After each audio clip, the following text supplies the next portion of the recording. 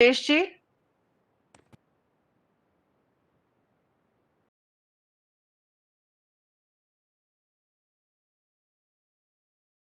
you so much.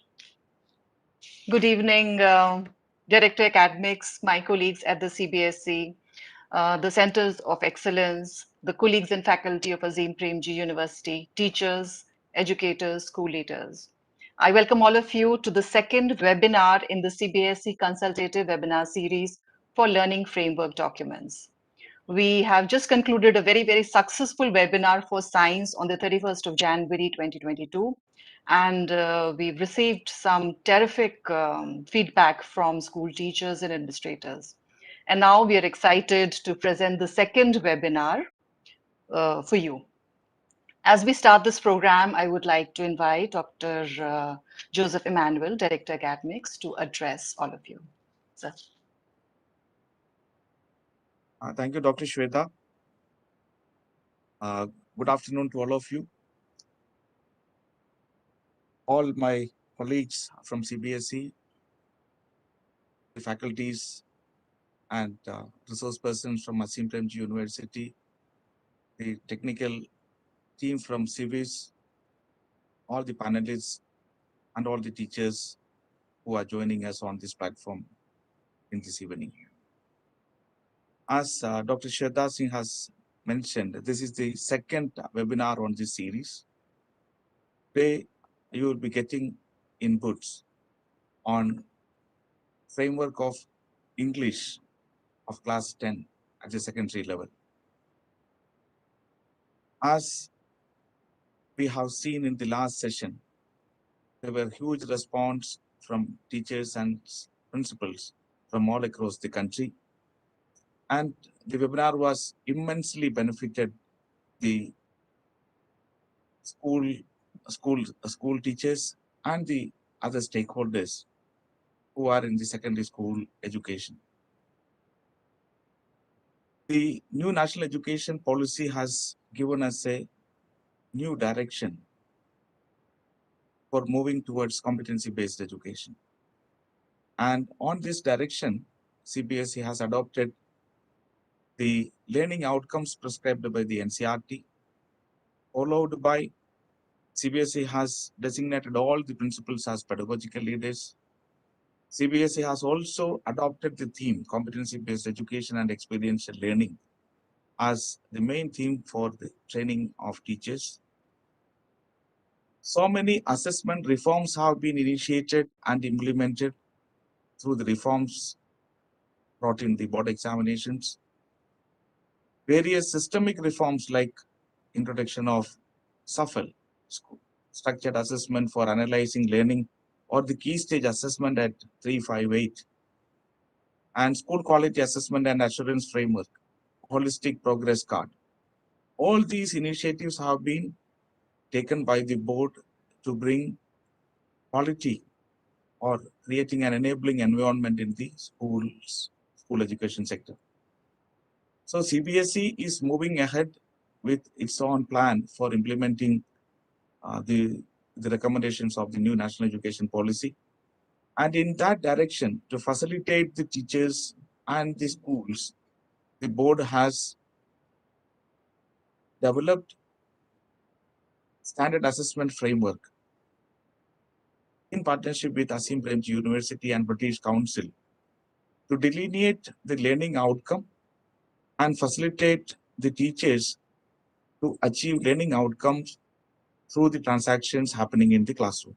So this is a very big teacher resource for facilitating competency-based education in the classroom. So when the board and the NCERT announced competency-based education or the learning outcome-based education, the teachers and the school leaders were almost clueless how to begin this journey.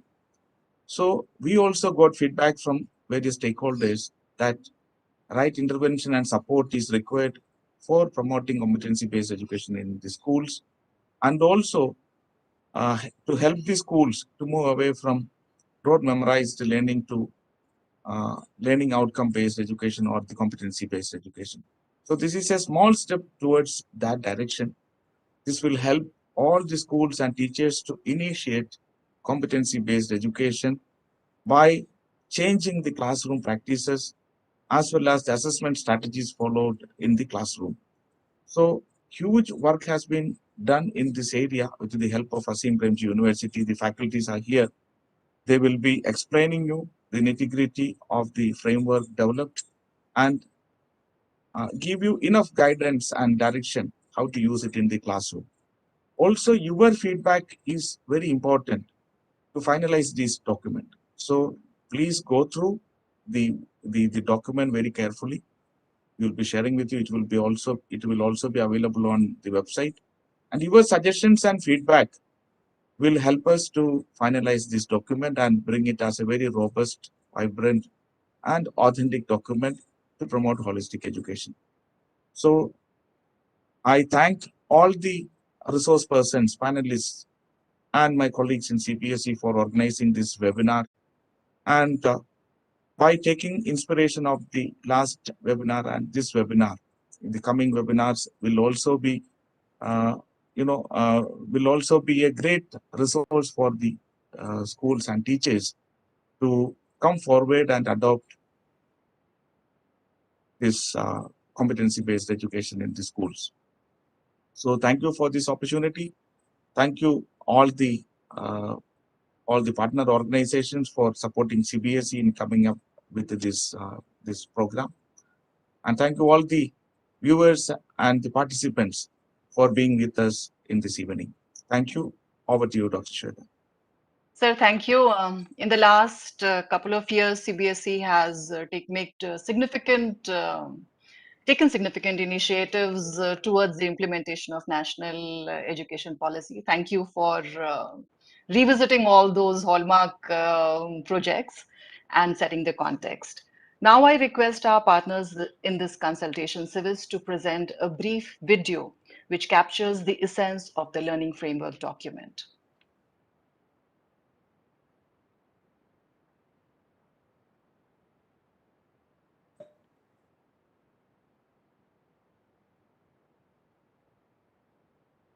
As educators, each one of us strives to get our students ready for a rapidly changing world, gradually moving towards new and engaging ways of teaching and learning. One of the ways that we can equip our students with 21st century skills is by helping them build competencies, which the National Education Policy of 2020 focuses on. Competencies ensure that students build skills like critical thinking, analysis, and a grasp over applying the concepts learned in the classroom in real life situations. One may wonder how to make this shift towards competencies in the classroom. And this is exactly what we will talk about. As we translate this vision to school education, the first step is to develop a shared common understanding of competencies that are important. This begins with redefining the curriculum as learning outcomes and competencies, and understanding how these translate in terms of teaching and assessment. Through subject specific learning standard frameworks, the CBSE, along with Azim Premji University, has developed a comprehensive document that would be a valuable resource for educators as they deliver the curriculum with success. These frameworks are a comprehensive package which cover competencies, assessment frameworks, samples of pedagogical processes, blueprints, and assessment items and rubrics. The frameworks have been developed in partnership with educators, school administrators, and experts across India. Some of whom have said that they believe the document can empower educators as they make the process of learning a joyous one. Are you a leader in your school? Are you keen to stay ahead of the curve and up to date with best practices? Then join us for a series of consultations that explain and take your suggestions on CBSE's Learning Standard Frameworks. Thank you, Antaraji. As we move forward, I would take about 4 to 5 minutes to just walk all of you through various initiatives of the board towards implementing competency-based education. I'll request Atul to pull up the presentation, please.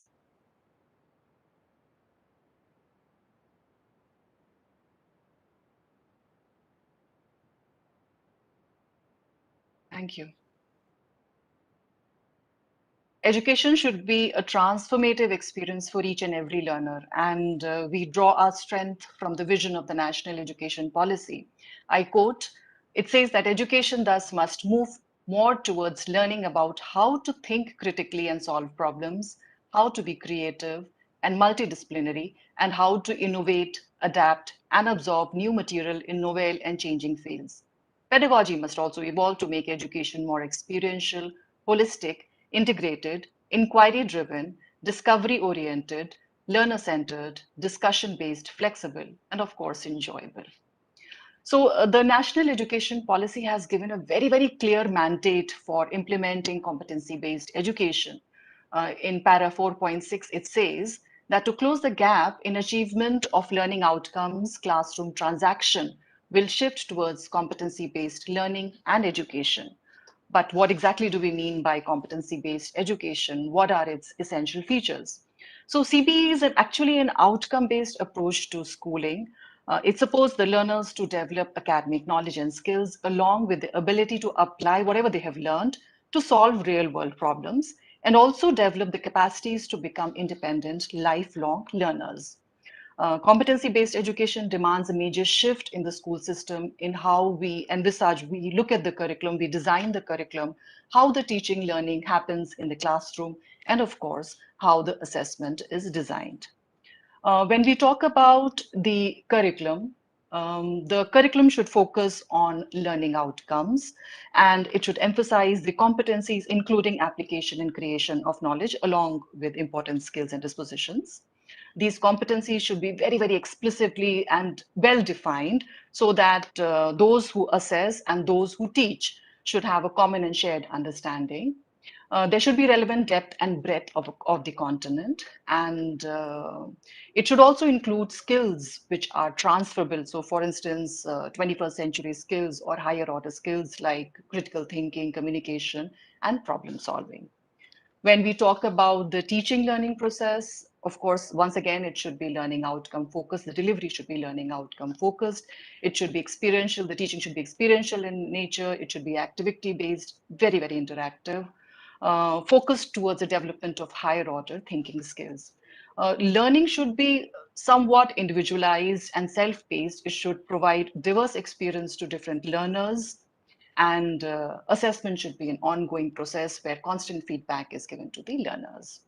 When we look at assessment should have some real world relevance to it. The students should find some value in the assessment.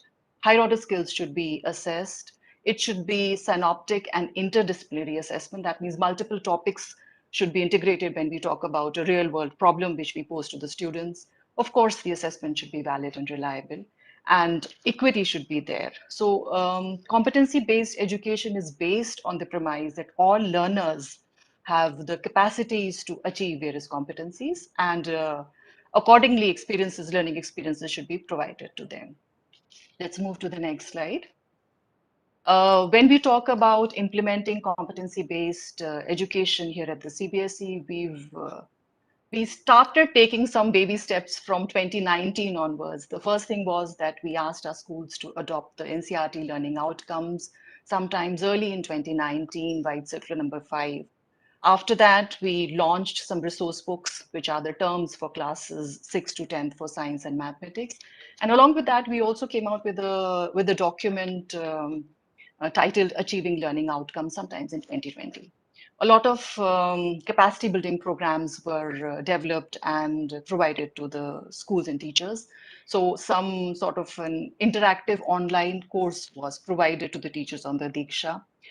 After that, we started collaborating with various organizations which had lots of expertise in the area of curriculum design, assessment, and pedagogy. So during this process, we collaborated with, of course, Azim Premji University, Bangalore. We also undertook a project with the British Council. This was a competency-based project from 2020 to 2022.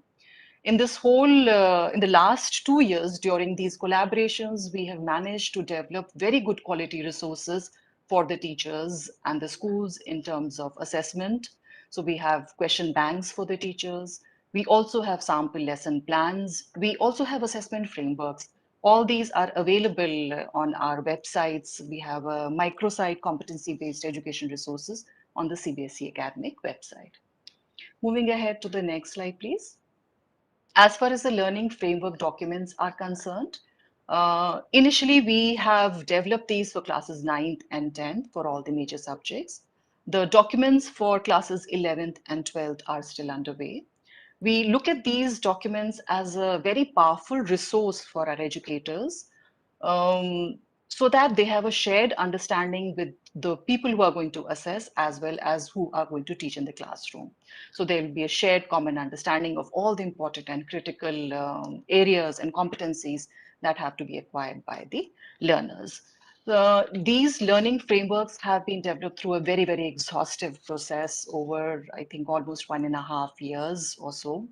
To imagine, to conceptualize, to design, and to review. Multiple teachers, multiple faculty from Azim Premji were involved, the CBSE officers at the academic unit. A lot of contribution from various peoples, both from school education and higher education, has happened. As we start to, as we proceed to know more about the learning framework documents, I would like to invite my colleague, Dr. Pragya Singh, who handles the curriculum of English both at the secondary and senior secondary level. Besides taking care of the curriculum at the board, Dr. Pragya has extensive experience of board teaching and research in the discipline of English, and she has been an integral part of conceptualization, design, and review of this document. Over to you, Dr. Pragya. Thank you, Dr. Shweta. As the context has been set by our Director Academics as well as Dr. Shweta Singh, I would just like to give you an overview of the learning standards framework that has been developed for the subject English at the secondary level. As we have already discussed that National Education Policy has proposed a shift towards competency-based teaching and learning to improve learning outcomes as well as competencies of all learners in real-life situation. Because such a system will lead to holistic and integrated development of students through mastery of subject-specific knowledge, skills, and its dispositions relevant in the real world. In keeping with the revised structure proposed in the NEP, a set of standards is devised, and we have called this as Learning Standards Framework. There's nothing new. We'll discuss how there's nothing new in this. These standards comprise explicitly stated knowledge, skills, and dispositions that the education system should strive to achieve.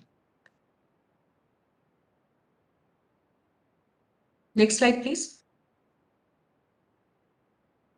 Now, here, if you can see that in December 2019, the NCERT had developed a learning outcome document.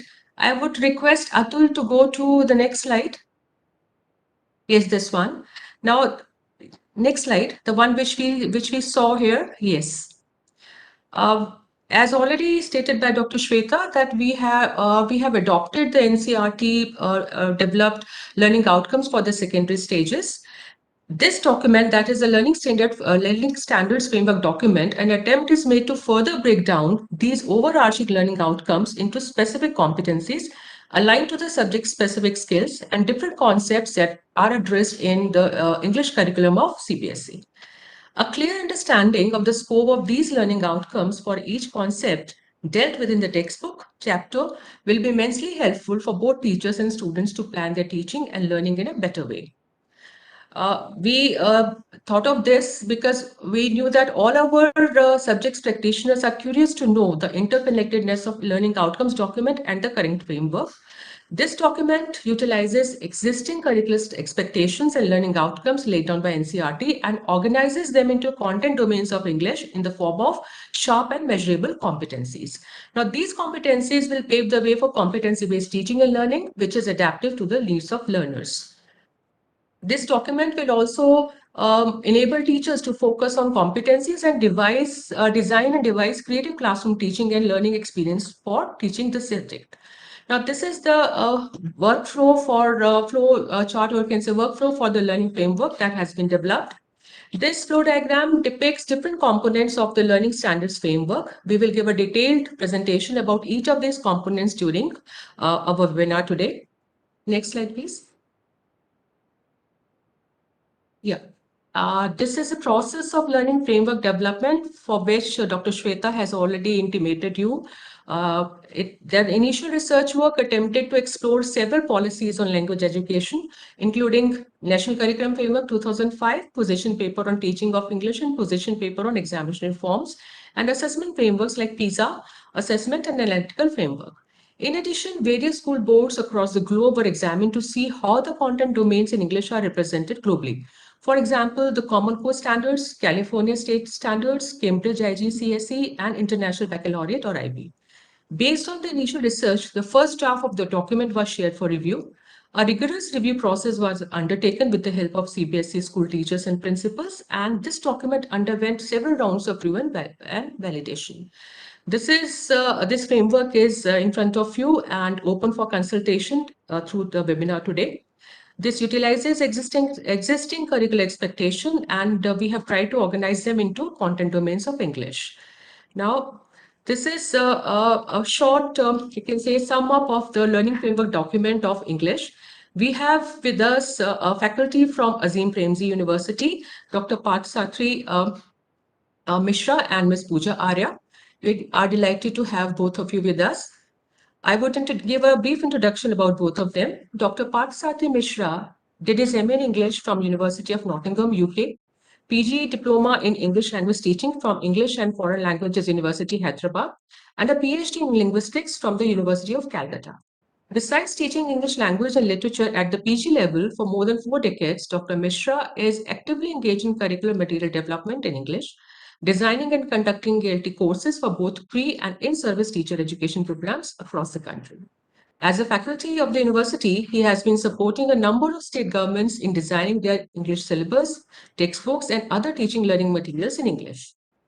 Our other faculty member, Ms. Pooja Arya, has been working extensively in the field of language education. She has developed English curricula for several schools in Bengaluru. She holds a master's degree in MPhil and linguistics from GNU, New Delhi. Ms. Arya has completed her bachelor's in elementary education from University of Delhi and has been granted Fulbright language teaching assistantship at Brown University, US. At Brown University, she facilitated the language learning programs in close association with the university faculty, students, and local communities. Pooja has represented India as a culture ambassador in the United States as part of her Fulbright fellowship.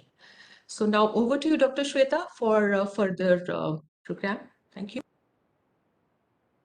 I think I'll not take too much time. In fact, I'll request Pooja ji and Parthada to come to begin with their discourse.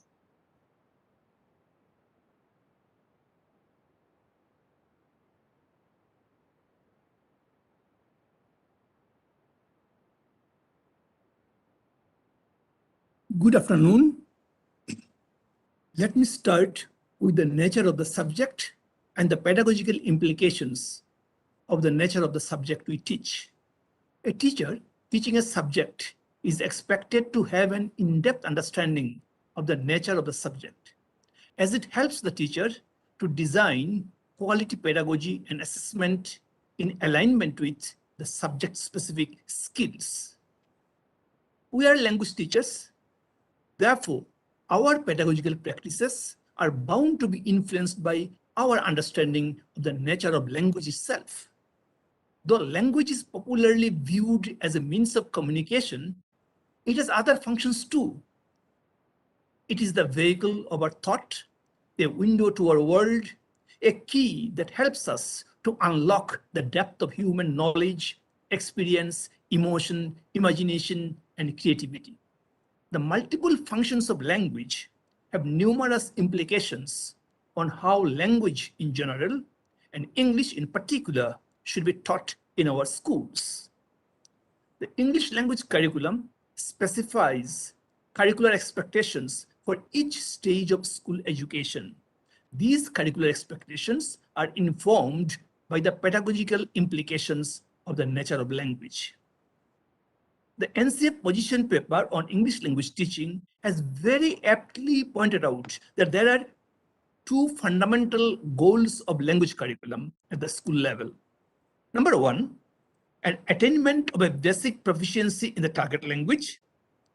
Number two, the development of language as an instrument for abstract thought and knowledge acquisition.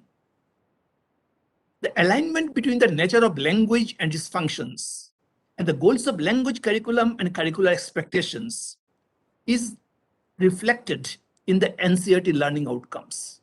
The NCERT learning outcomes document specifies how teachers need to be aware of a common set of curricular expectations so that they align their pedagogical practices and assessment strategies to achieve the desired learning outcomes. These NCERT learning outcomes for English at the secondary stage are the primary point of reference for the present learning standard framework document on which we are deliberating this evening. The learning outcomes for English have been categorized in this document in terms of the cognitive skills to be demonstrated by the learners in different content domains across various cognitive levels. The alignment between the nature of language, the curricular expectations, and the NCERT learning outcomes prompts us to organize the language materials used in our English curriculum into a number of content domains, such as speaking and listening, reading, writing, and language, which includes vocabulary, conventions of the language and grammar. In order to help the teachers to see the connection between the syllabus, the textbook, and the learning outcomes, all the NCERT learning outcomes for class 9 and 10 have been mapped to each of these 4 content domains.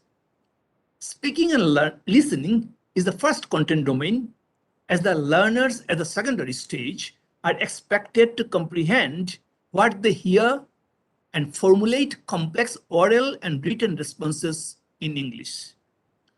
The reading content domain comprises the learning outcomes pertaining to diverse literary and non-literary texts with comprehension. The content domain of writing includes all forms of written expressions like paragraphs, letters, advertisements, dialogues for skits, etc. The learning outcome for the appropriate use of vocabulary, grammar, etc. are bracketed under the content domain referred to as language. These 4 content domains, however, are not watertight compartments. Language skills, as all of us we know, that in language skills, including critical thinking skills, are developed concurrently and not in isolation. A few learning outcomes again appear simultaneously under 2 content domains. As the language learners are to go beyond communicative competence at the secondary level, we have to focus on developing and expanding their ability to use language for all its language functions. This objective leads us to consider the kind of thinking processes our learners need to engage in when encountering competencies across content domains. Let us take an example of reading a newspaper report. What are the cognitive processes involved in reading a newspaper report? First, we locate or extract the pieces of information given in the report. We select, collect, and retrieve the information from the text. Therefore, we may call it the cognitive process of access and retrieve. Next, we try to grasp the internal sense of the report by integrating various pieces of information given in the report. We try to understand the coherence of the text and draw an inference from the text. We may call it the cognitive process of integrate and interpret. What do we do next? Next, we reflect on the information and evaluate it with reference to the knowledge of the world that we have. The cognitive process involved in this task is reflect and evaluate. These three categories are related to three specific levels of competencies required for reading literacy. But these three categories do not include a range of language competencies involved in language production. Language production, we know, involves appropriate use of syntax, semantics, pragmatics, and the stylistic features of a language to communicate and express an authentic language task. The need for language productivity and construction demands a higher level of cognitive process, which we have termed as CREATE in this learning standard framework document. The competency of creating a new content requires the language learner to retrieve, to integrate, reflect, and hypothesize to connect knowledge from outside sources. The four cognitive levels, access and retrieve, integrate and interpret, reflect and evaluate, and create, describe the thinking processes that the learners are expected to engage in while encountering competencies which are distributed across all content domains. Now, learning outcomes are broad statements. They do not capture the specific expectations in terms of skills to be demonstrated by the learners. Therefore, we have to break them into specific competencies, which are demonstrable and measurable. In the learning standard framework document under discussion today, we have tried to specify a number of competencies for all the learning outcomes of classes 9 and 10. These competencies range from simple to complex processes and take into account all the four content domains. Now, if we look at the learning outcomes of class 9 and 10, we'll notice a gradual progression of learning outcomes and competencies from class 9 to class 10. Learning outcome number 23 of class 9, for example, and the learning outcome number 25 and 28 of class 10, as all of you can see on the screen, these learning outcomes aim at making the learners sensitive to the stylistic use of language in literature. But there is an increasing emphasis on the appreciation of literary devices and figures of language through their use.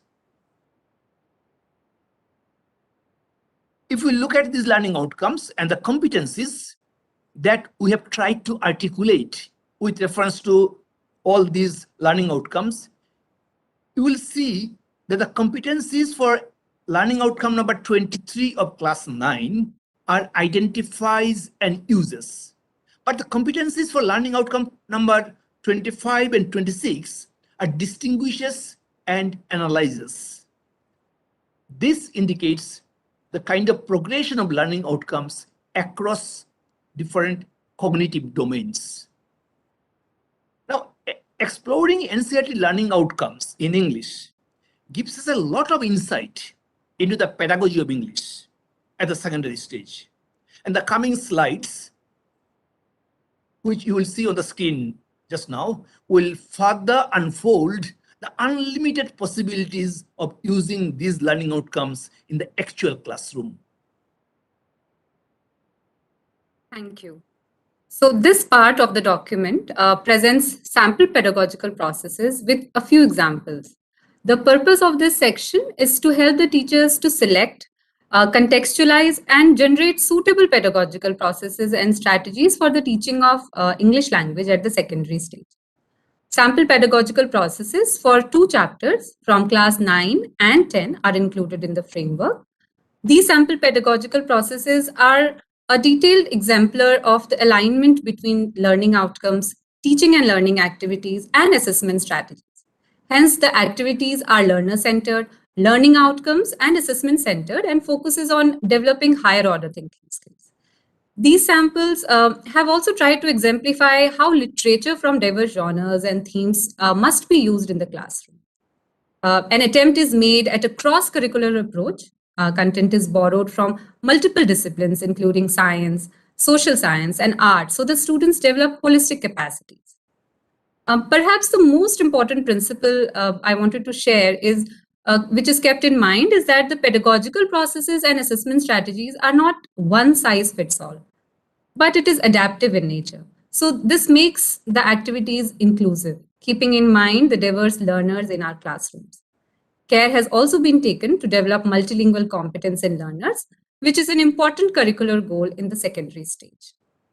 So now, if let us look at the sample pedagogical processes and assessment strategies from the Class 9 textbook Beehive. This will give us a comprehensive overview of the activity. So here we have a science fiction story by Isaac Asimov titled The Fun They Had. It is the first chapter of the textbook. And all the English teachers out here are familiar with this story. But just to quickly summarize, this story takes us to the future. It is set in the year 2157, where computers play a major role. And two students, the protagonists, Tommy and Margie, are taught by robotic teachers. They come across a book from the past and read about the old kind of school with human teachers, where all students went to school together. So in the story, towards the end, Margie returns to her schoolroom and robotic teachers and thinks about the fun students had at school in the past. So the theme of the story is quite interesting and very relevant for the students, considering the present ongoing scenario. So the sections under notes for the teacher also mentions how students in class 9 may know what a robot is and be able to guess what a robotic teacher would be. So now let us move to the sample pedagogical processes and assessment strategies. They are broadly divided into three stages: pre-reading, while reading, and post-reading. In the document, many processes and strategies are suggested, but today we will look at only one sample from each stage. So in the pre-reading stage, students go home and talk to their grandparents, grandparents or any other elder about the education system of their times. Once in class, students discuss their findings with their friends in small groups. So here they also speculate about the schools of the future. After this is done, each group presents a summary of their discussion to the rest of the class. It is expected that each student presents at least 1 point during the presentation. Here, an attempt is made to introduce students to the theme of the story. Students get the opportunity to conduct an informal interview, most likely in their home language. Then they come back to class and summarize it in English. They also work on their prediction, imagination, and presentation skills. When they talk about their versions of future schools, they will also have to provide justifications for the same. So the fact that this is designed as group work creates a platform for students to listen to and appreciates multiple experiences. For example, it is possible that some parents or grandparents have never been to school. These responses will make the discussion even more rich. So moving on, if we see, the while reading stage is one where students dive into the text presented. At the secondary stage, students are expected to be independent readers. So one suggestion presented here is that students do an intensive reading of a given extract in groups. Even if a few students face challenges in reading, a group reading will facilitate their engagement with the text. So while reading intensively, students explore the ideas presented in the text and their interconnections with each other. When it comes to a quick comprehension check, it is important to note that this need to be always be done in the form of the done in the form of the teacher asking questions and students responding. It should not be done otherwise. Here, for example, students discuss the questions given to them in an MCQ quiz. The attempt, they quiz individually and then self-assess, but discuss again in the groups. So care has been taken to again include questions from different cognitive levels in the quiz. Now moving on to the post-reading stage, students write a letter to Margie or Tommy, the two characters who live in the year 2157. So at this stage, students can be left free to write on any topic. However, some cues could be provided. So, for example, students can be asked to find out more about robotic teachers of the future, and they can in turn probably share more about human teachers of the present. So the letter can also include their personal opinions about which teachers they think is better. Is it the robotic teacher or the human teacher? Another possibility is that students write letters to each other in pairs. So one student can be either Margie or Tommy, and the other can be a student from the present. So they are writing the letters from the future to the present, or the present to the future, either way. So once students write their letters, a rubric using a set of appropriate criteria for letter writing is used to assess their writing. In addition to the format and word limit, criteria like appropriate style or register, relevant vocabulary, sense of audience, and creative and imaginative use of language is included. The rubric can be used by the teacher or by the students for self or peer assessment. So wherever possible, care has been taken to provide specific notes to the teacher, which help include students with different needs. For example, where in case writing is a challenge, teachers are advised to adapt the letter writing task to say a voice or video recording, or probably a scribe can also be arranged by the teacher. So it is extremely important that our pedagogical processes and assessment strategies both respond to including all students in learning. So now moving on to the next slide. Here, so in the sample paper, now coming to the sample paper design of the question paper for both class 9 and 10, which is presented in the document, it is it is quite suggestive in nature, and in future, this design will vary in the upcoming academic session. So the sample questions for both class 9 and 10 are present in the framework. They are aligned to the learning outcomes and competencies. There is a variety of MCQ and constructed response questions mapping to all the content domains and cognitive levels. For constructed response questions, detailed marking schemes for different levels of responses are included. Alignment to learning outcomes and detailed marking schemes are very important because it ensures reliability, validity, and fairness. So now let us look at the two samples from the framework. So here, this is a sample MCQ item from NCRT English textbook class 9. As you can see on your screen, this is a poem, Rain on the Roof by Coots Kinney. So this sample is this question is mapped to the learning outcome, which states, reads literary text for enjoyment, pleasure, compares, interprets, and appreciates characters, themes, plots, and incidents, and gives opinion.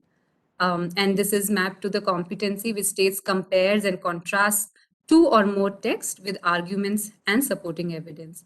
And this question, as you can see, is mapped to reflect and evaluate cognitive level. And this is a difficult question for 1 mark.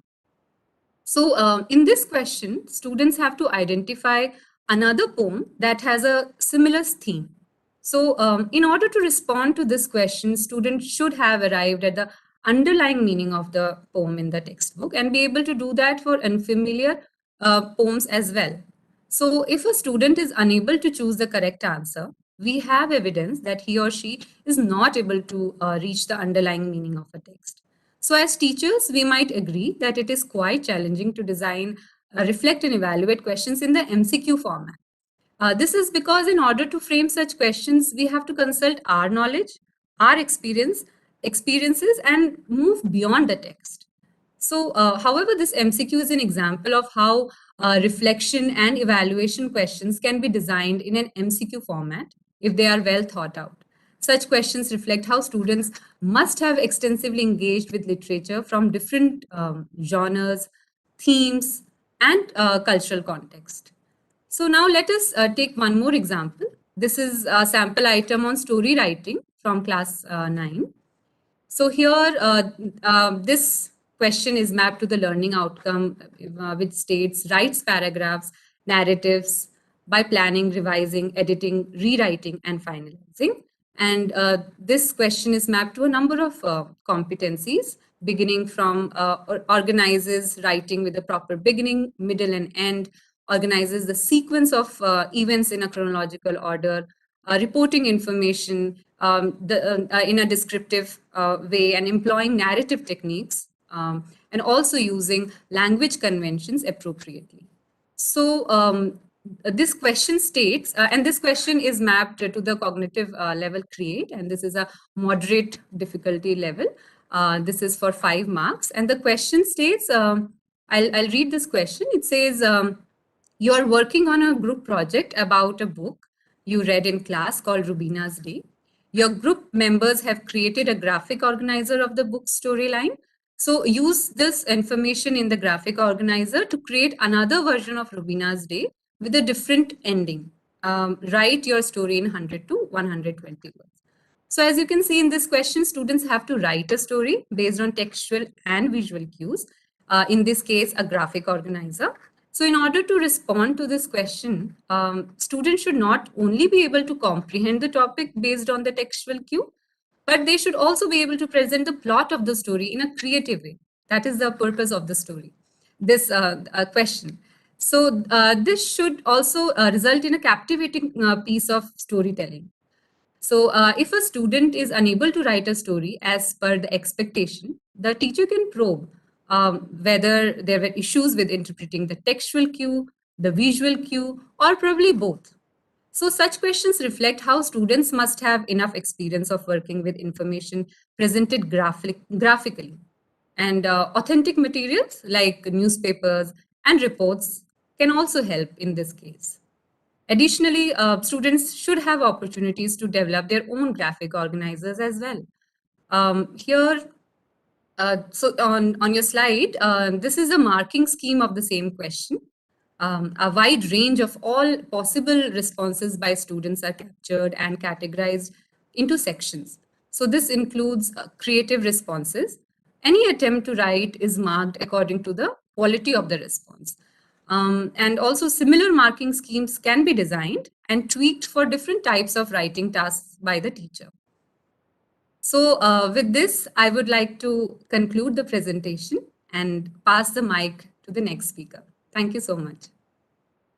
Thank you so much. I would like to thank all the three speakers before me. While Dr. Pragya highlighted the various components of the learning framework, which we look at as a package for the teacher, comprising of not only the learning outcomes, the competencies, but also the pedagogical strategies, as well as assessment, sample assessment items.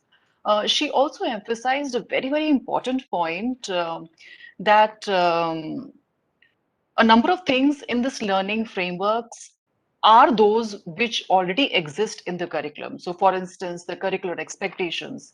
This component is directly picked up from the existing curriculum. Besides this, the NCERT learning outcomes, once again, they have been in the public domain along with the teachers for the last couple of years. So although the size of the document may be daunting, teachers need to understand that this is not to be consumed at one instance per se.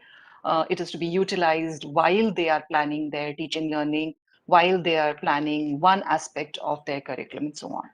I would also like to thank Dr. Mishra with a lot of clarity and poise. He explained the nature of the subject, how the various cognitive processes integrate, and how various competencies progress from one grade to another. Thank you, sir. And of course, Pooja ji, thank you, ma'am. Not only did you present some very, very interesting strategies, but the assessment items were absolutely wonderful. Very, very detailed marking schemes. And one thing which I particularly noticed was that how multiple competencies can be assessed through one particular assessment item. That's a point to be noticed by all our teachers who are a part of this webinar. Thank you, Dr. Pragya. Thank you, Dr. Mishra, and thank you, Pooja ji. Let's proceed to the next section of our webinar. And now I would like to invite Ms. Sunila Athli. Sunila ji is a very, very passionate English teacher, principal of Amity International School, Ghaziabad. She's a proud recipient of the CBSE Teachers Award. She has been a part of various CBSE projects over the years. She has been very, very keenly involved in the review process of this document, along with other team members, other teachers who were drawn from various schools. And one thing which is remarkable is that she brings a lot of academic rigor and vibrancy to the work which she's done. So we were amazed by the different perspective which she could bring forward, the critical inputs which she could give. I will request Sunila ji to talk about her experience of the review process. Ma'am. Good evening, everyone. Thank you, Dr. Shweta, Dr. Joseph Emmanuel, Dr. Pragya, Team APU, my fellow panelists, and all of us from the English fraternity who have joined together in this webinar on the virtual mode.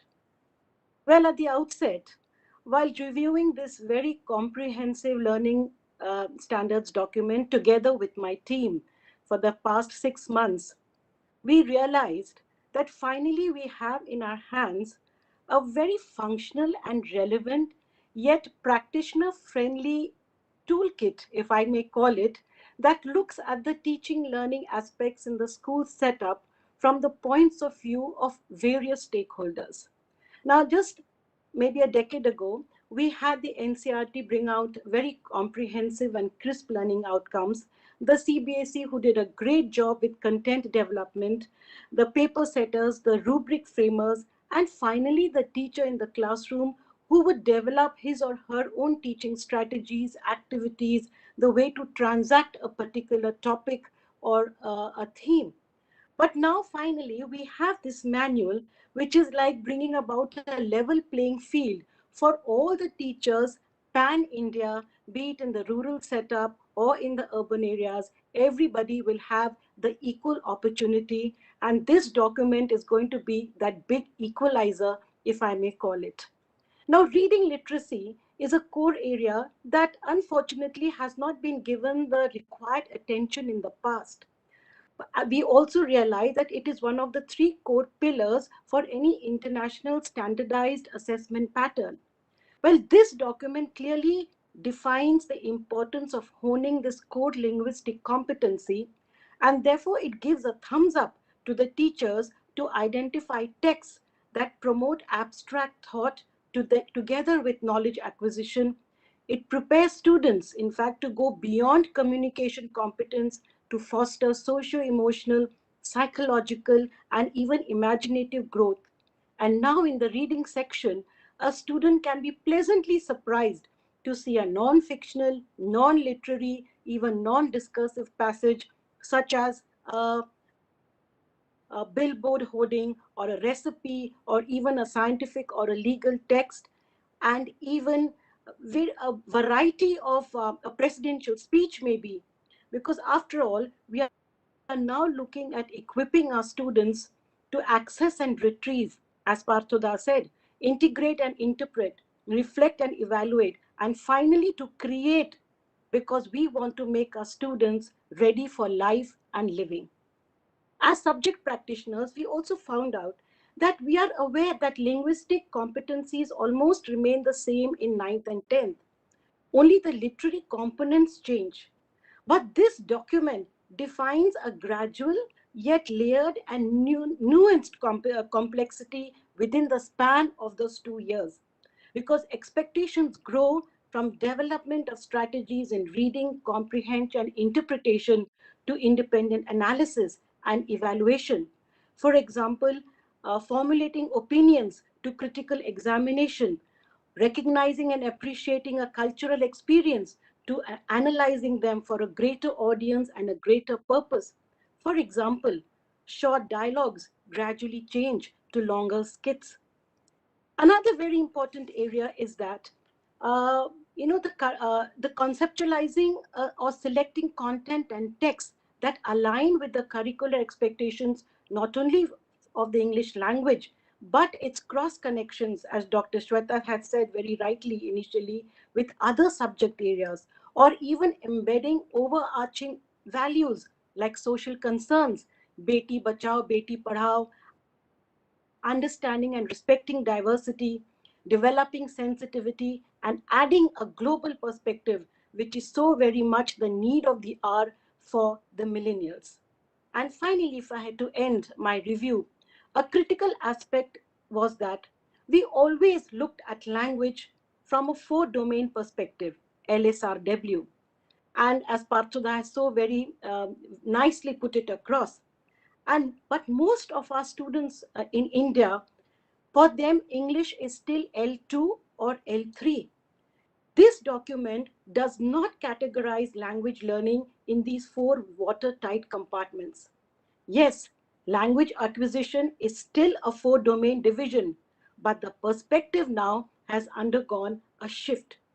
Speaking and listening come together because after all, they are hand in glove. Then reading, writing, and finally the language domain, which is not taught separately but integrated very comprehensively in the classroom transaction, which includes vocabulary, semantics, syntax, conventions, and grammar. And it was a pleasure reviewing this very beautiful document. We have a wonderful manual bringing all of us together, and finally, the pieces of the jigsaw fit together, and it is going to be a great handbook for the teacher, for every stakeholder, as I had initially said, and the student, of course. And as Pooja ji has very rightly said, a unique approach is bringing in the bilingual or the multilingual aspect to language learning, to disseminate information or exchange an idea or summarize a given theme with a purpose to reach out to a greater audience. Because after all, India is a multilingual country, and how can we keep aside the beauty of this multilingual aspect of our country and not bring in translations with a variety of oral and written presentations and tools, in the form of maybe social awareness campaigns or slogans or placards or pamphlets, and even drafting surveys and questionnaires. So wonderful activities can be thought of by the teacher. The paper setters will have a field task in bringing in so many creative questions, and for the children, it will be learning with joy, which has been the mantra of CBSE ever it started its path for innovation. Thank you for giving us this beautiful opportunity to review the document. Thank you, Srinilaji. I especially loved your observation about the fact that this document is going to be an equalizer for all the teachers. When we started conceptualizing and putting this together, we thought that it should be something which should build a shared understanding of what competencies, what are the critical aspects of a subject which needs to be assessed. So I think if you tell this to us that it is an equalizer and it will help all teachers come to the same understanding, I think we are quite grateful for this feedback. We'll also carry your excitement regarding the inclusion of a variety of non-text Yes, as well as textual material. And of course, the challenge which you have sort of highlighted for our assessment designers to come up to the benchmark which this document has set. Thank you, Sunilaji. Thank you so much. Thank you. Now I would like to invite Dr. Rupa Chakravarti. Dr. Chakravarti is the founder principal of Sun City Gurugram. She is the director of all the branches of Sun City School, a very, very seasoned educator, a celebrated speaker and presenter. She has been part of various projects at the CBSE, a panelist at various places. She holds a number of patents, and I think the list goes on and on. But one thing which is especially endearing to me about her is the childlike excitement and joy which she brings to each and every experience, to each and every project, to each and every interaction which we have with her. Welcome, Dr. Chakravarti.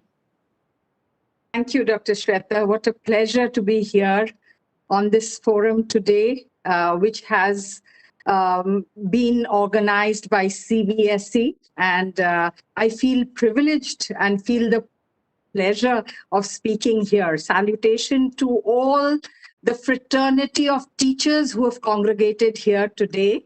Well, all I can say about this document, which I went through along with the teachers in my school, is that it's a contemporary and comprehensive document.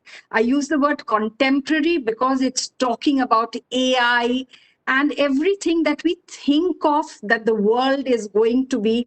And rightly said that one of the text also has something from 2139, I think that's what was said.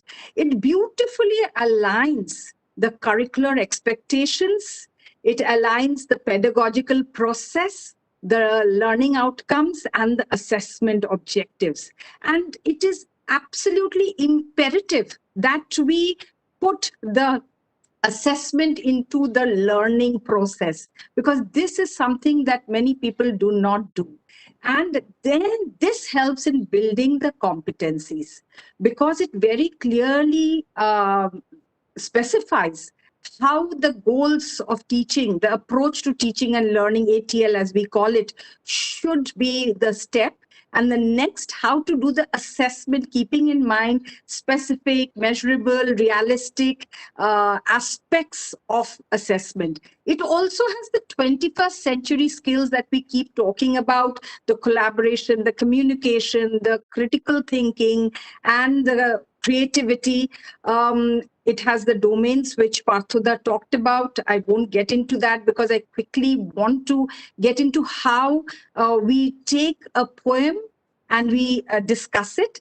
And it also talks about the cognitive processes, the access and retrieve, the integrate and interpret, and the reflect and evaluate. So very important.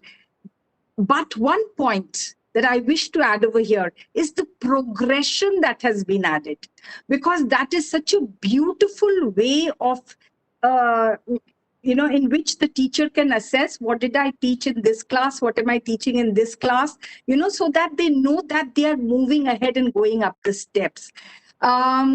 Well, let me just say one very important thing, and I will request Atul sir if he could start my presentation. And as he's getting ready to put my 5-6 templates on the screen, one very important thing I keep saying is that when we bring in curiosity, a child learns. And when there is no curiosity, a child rote learns. So to say that the child is indulging in rote learning is not the child's problem. We've not been able to ignite the child's curiosity.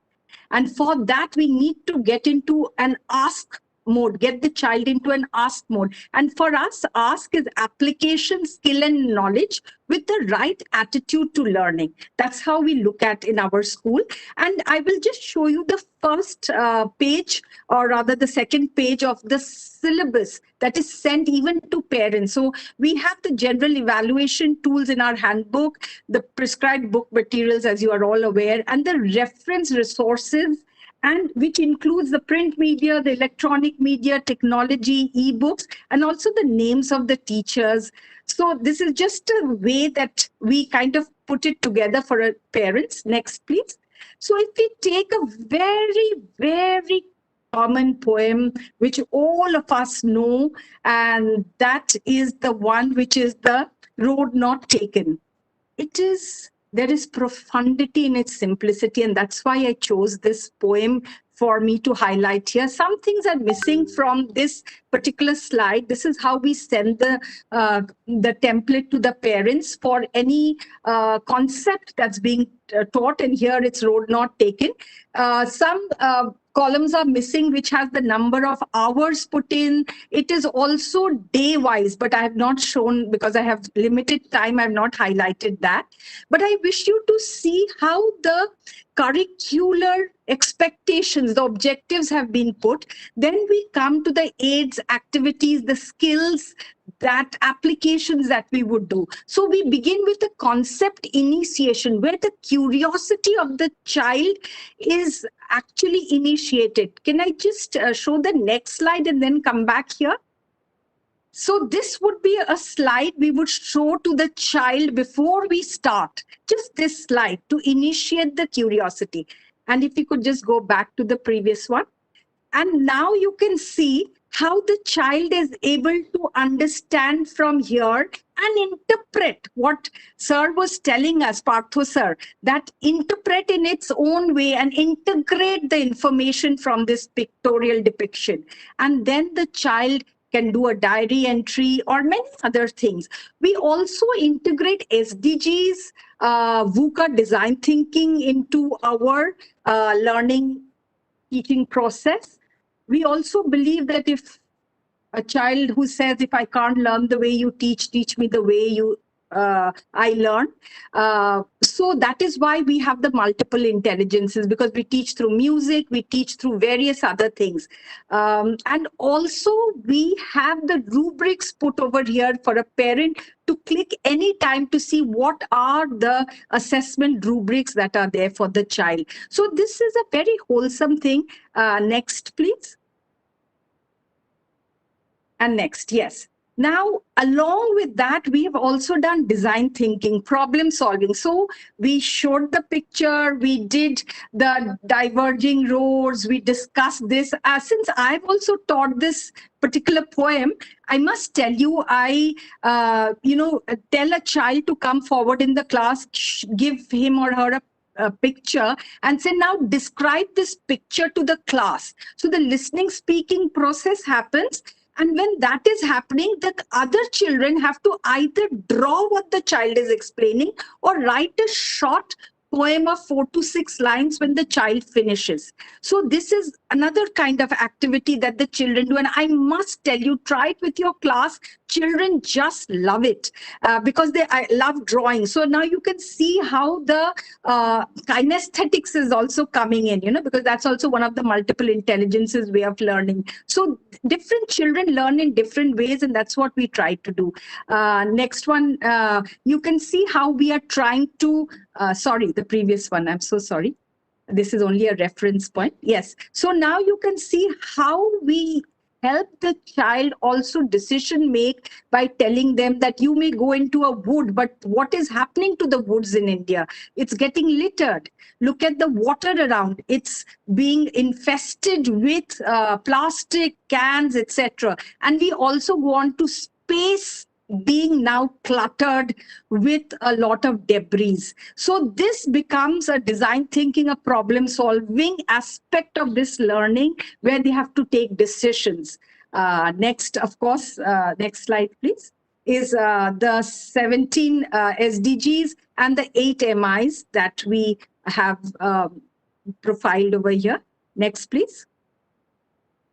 And then we have worksheets, and this is my last slide. I'll end with this. These slides are actually, we have written the names as recap, or you can see over here, because it is written as recap or basic. So CRAB actually stands for differentiated learning worksheets. For the same concept, we have 4 worksheets. One is the basic.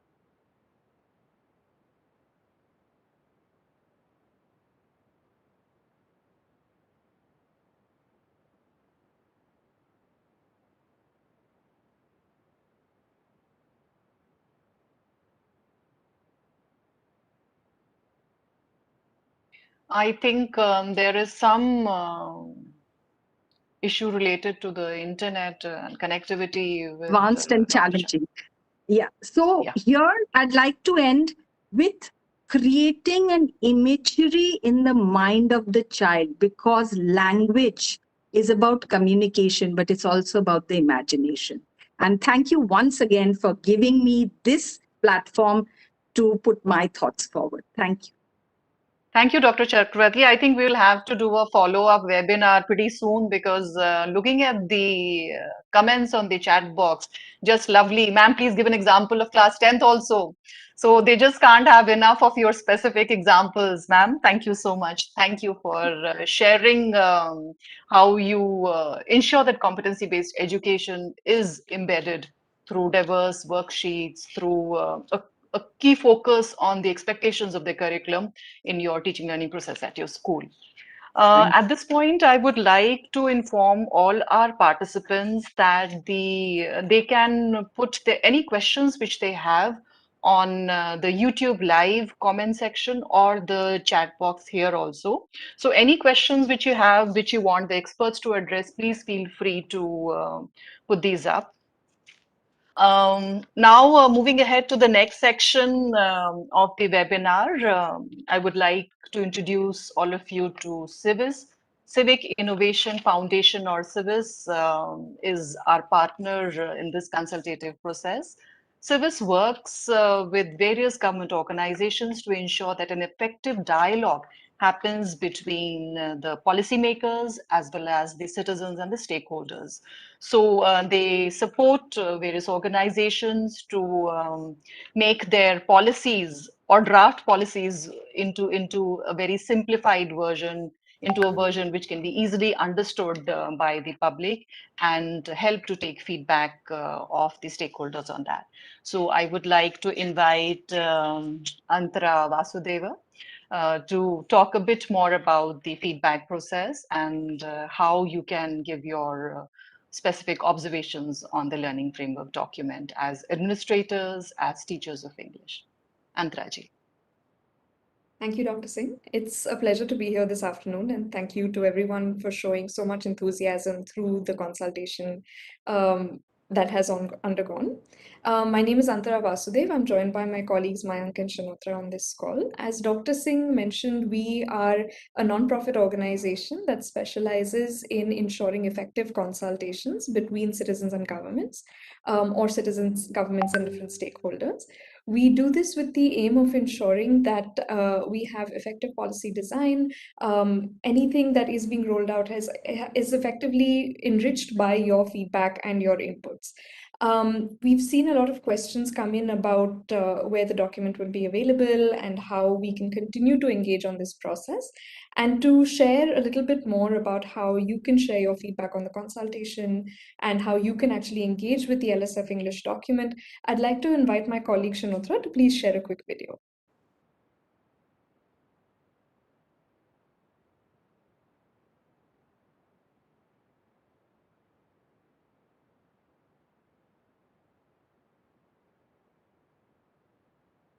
Through this short video, I will be taking you through how you can share your feedback on CBSE's learning standard frameworks. This consultation has two equally important parts.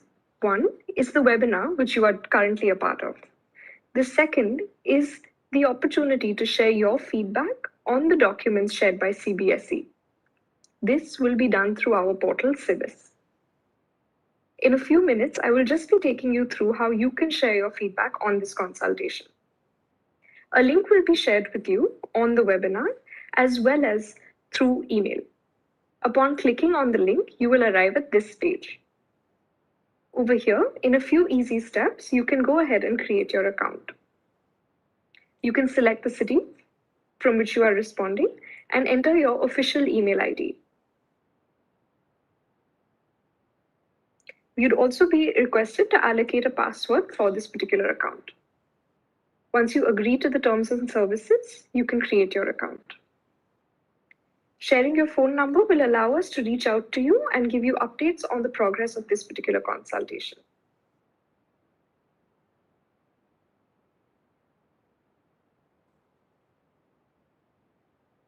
Once you complete your sign-up process, you will have to go back to your email inbox, where an activation link would have been shared with you. Please click on that activation link to verify your profile. Clicking on the blue button to confirm your email, you will land on this page. This is the consultation page for the Learning Standard Frameworks documents. Welcome. The documents themselves have been constructed in a very usable and reader-friendly manner. In this 4-minute summary, you will understand different parts and components of the document. If you are keen to read more, you can also click on these links available here. This will open you up to the specific page of the Learning Standards document, and you can go through it in detail. Alongside that, we have the option to submit our feedback. You can select how satisfied you are with the consultation process, and then respond to the questions which are placed below. Some questions are multiple choice, and you can choose multiple options. Others are those where only one option can be selected. There are also long text questions.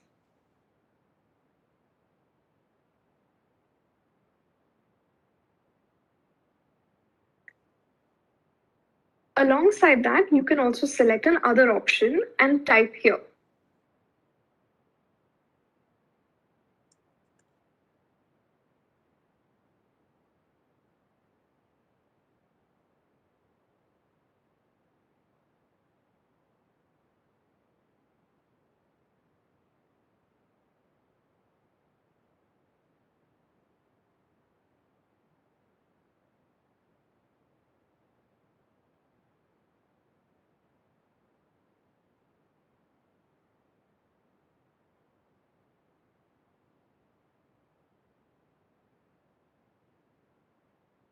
After you have filled the questionnaire, you can go ahead and submit your response.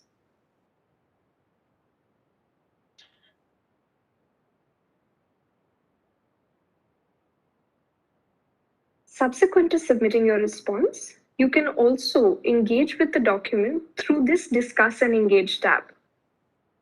Over here, you can understand other perspectives being shared by teachers and ask any questions you may have. However, this tab will only be open for the first 48 hours after the link has been shared. So please do share your response quickly. Thank you, and we look forward to reading what you have to say. Thank you, Antaraji. So I'll just reiterate that we hope that our administrators, principals, school leaders, and our English teachers will give us honest, critical feedback, which will help us to enhance and strengthen this document. We've had a fantastic response to the science consultation, and we've got a lot of enriching feedback for that document. We're hoping that the same will be emulated. All the teachers who were nominated by the schools, we have your email IDs, and we will be sending you emails immediately after this webinar with the details of the links wherein you can submit your feedback. As Antaraji mentioned, the discussion forum would be open on the Civis platform for about 48 hours. Our experts would be responding to the questions there. The feedback link would be open for about 7 days. And now I would like to introduce Dr. Aanchal Chomal, Associate Professor at Azim Premji University. We've requested her to moderate the questions and help us figure out the important and critical questions and address them to our experts. Meanwhile, just a summary of the feedback process is there in front of you on the slide. Thank you, Aachalji. Any specific questions?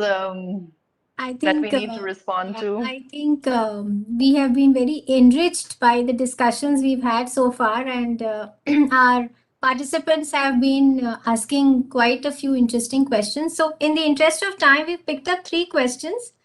I'll just go ahead and ask them to the relevant panelists. The first question is to Dr. Mishra Parthoda, as we call him.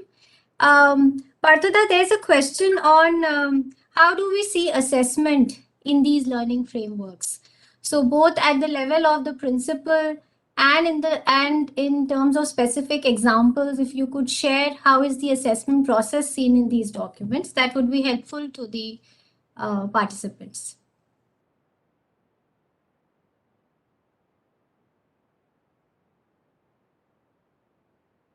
Yeah, it's a nice question, and I think it's a very important question, because assessment is very often it becomes a headache for the teachers. What to assess, how to assess, why should I assess? Now, one myth that many of us we have is that teaching and assessment, there are 2 aspects. Throughout the year, I teach, and towards the end of the year, I assess. It's not. Teaching and assessment should go hand in hand. Now, what is the assessment process? Now, I'm aware of the shortage of time. I wish I could get half an hour at least to to explore and present it. Now, first of all, you see, what is the competency that I intend to assess? That I must be sure. What is the competency? That's why important competency. That while I'm using this particular poem or this particular text, what is the competency that I want to assess? And that will come from the learning outcomes. That's why today we spend so much time in discussing and exploring the learning outcomes. Then when I want to assess, then have I prepared a rubric for assessment? A rubric. Because already in the presentation, it was pointed out that how rubric is important. That assessment can't be impressionistic. It should be scientific, objective. And for that, we should prepare a rubric. Then again, in order to prepare the rubric, what do I need? I have to finalize the learning indicators. These are the indicators. Indicator number 1, indicator number 2, indicator number 3. These are indicators which, with reference to which I will assess, and I will give the constructive feedback. Now, assessment throughout the year, the formative assessment and the summative assessment, basically, the assessment process is the same. End result different. One is a question of certification towards the end, and during the session, it is a question of assessment for learning, not assessment of learning. Assessment for learning. Assessment, we should help the learners to be aware of the kind of competencies that he or she has already acquired. That's why I think we as teachers must be clear about the assessment process and should prepare the first of all, the objective, the question of the competencies, then the question of rubric, then the question of the learning indicators, and this is the way in which we can prepare it. In a nutshell, I think that's my response today. Thank you, Parthada. I think we can take 2 more questions. So my next question is on the way forward, and I would request my colleagues from CBSE to respond to this question. So there are 2-3 kinds of questions. One is that if we could share with our viewers, what is the plan for taking this work ahead at grades 11 and 12 level? So if we could share that. And there's also been a question regarding how do we see the syllabus changing in light of the focus on competency-based education? Is there going to be some reallocation of time? So at the overall level, what are the kind of changes that CBSE would like to go ahead with to ensure competency-based learning? So if we could have responses to those questions. Yeah.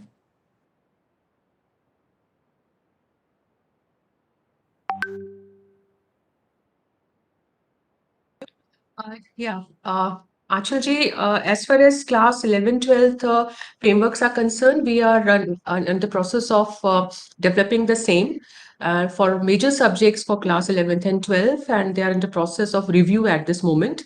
And once they are reviewed with good number of experts across the country, then we will again go for the consultation the same way that we are doing right now for secondary level standards frameworks.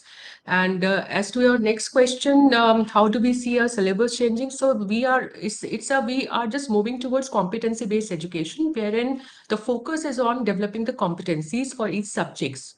So that would be the focus of our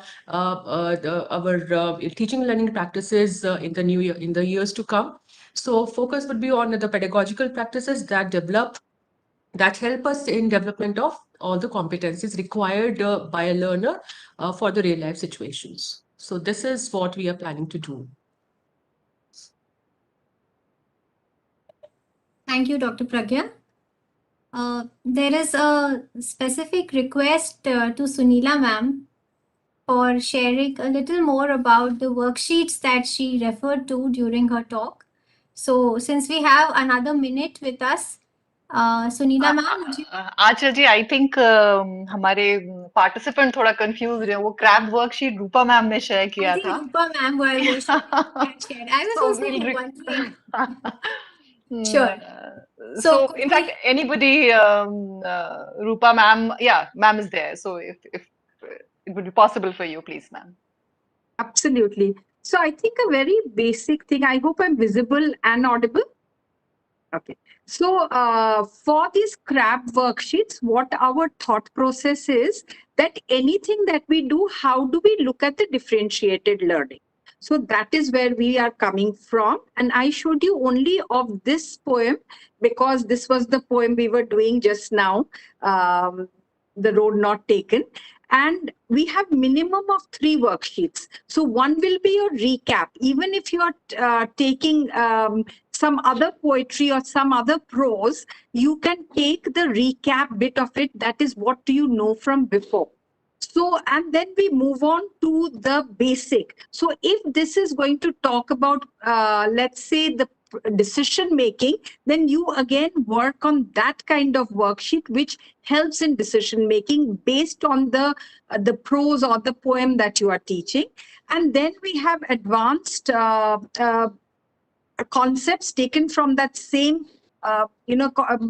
assessment taken from that concept. And the challenging one goes beyond the book, where there are other subjects also integrated and other thought processes integrated.